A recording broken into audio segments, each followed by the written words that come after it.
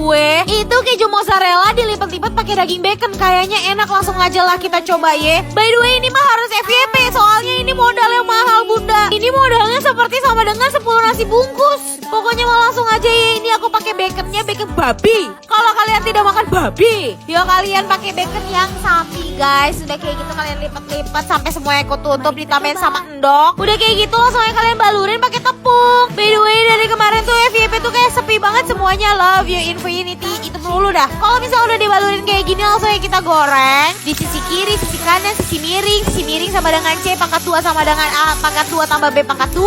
Udah kayak gitu langsung aja ini kita tambahin saus teriyaki guys. By the way, ini aku pakai pan dari stand cookware, beneran bagus banget, anti lengket, PVOE free dan juga coatingan Jerman. Langsung aja kita potong dan ternyata wow, rasanya mantap bunda, dan rasanya seperti Wonder Woman, enak banget.